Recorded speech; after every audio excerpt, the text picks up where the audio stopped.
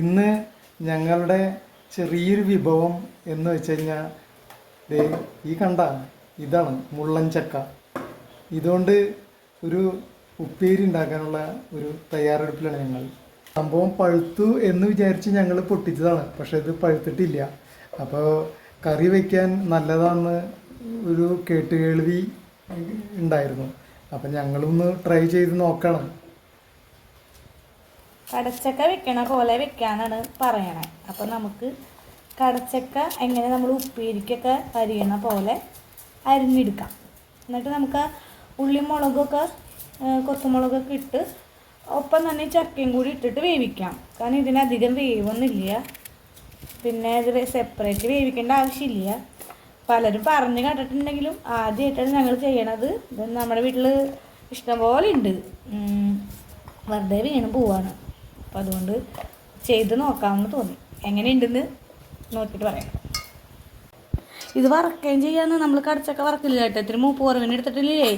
ചക്ക വറക്കണോണ്ട് ഇത് വറക്കാന്ന്.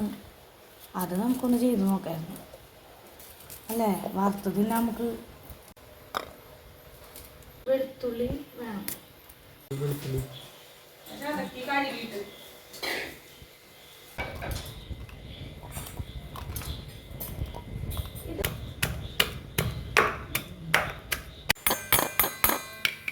നമ്മൾ ഇന്ന് കുറച്ച് മാത്രമേ കറി വയ്ക്കണുള്ളൂ. നമുക്കിത് സക്സസ്ഫുൾ ആയി കഴിഞ്ഞാൽ ഇനി ഇത് വെച്ചിട്ട് നമുക്ക് വറുത്തരച്ച മുള്ളൻ ചക്കക്കറിയും ഉപ്പേരിയൊക്കെ വീണ്ടും ഉണ്ടാക്കാം. വെളിച്ചെണ്ണ കുറച്ച് കൂടുതലൊക്കെ ഇട്ടു.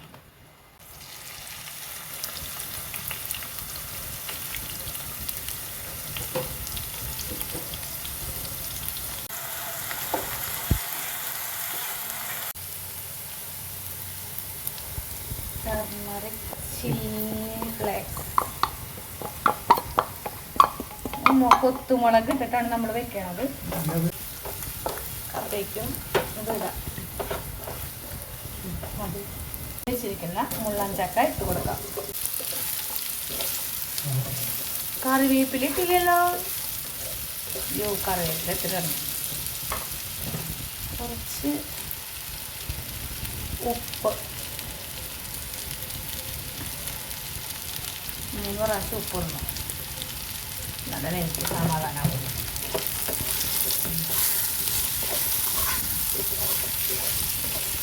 അടച്ച് വെച്ച് വേവിക്കാം. വെള്ളമൊന്നും ഒഴിക്കണില്ല, വേവൊന്നും നോക്കാം. വെന്തില്ലെങ്കിൽ നമുക്ക് വെള്ളം ഒഴിച്ച് കൊടുക്കാം. അപ്പോൾ നമുക്ക്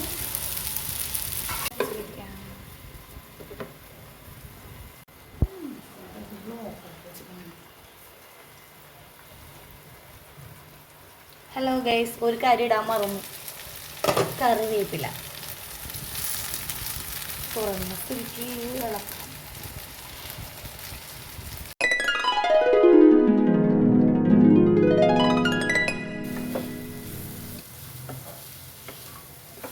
നമ്മളിത് വെള്ളമൊന്നും ഒഴിച്ചില്ല.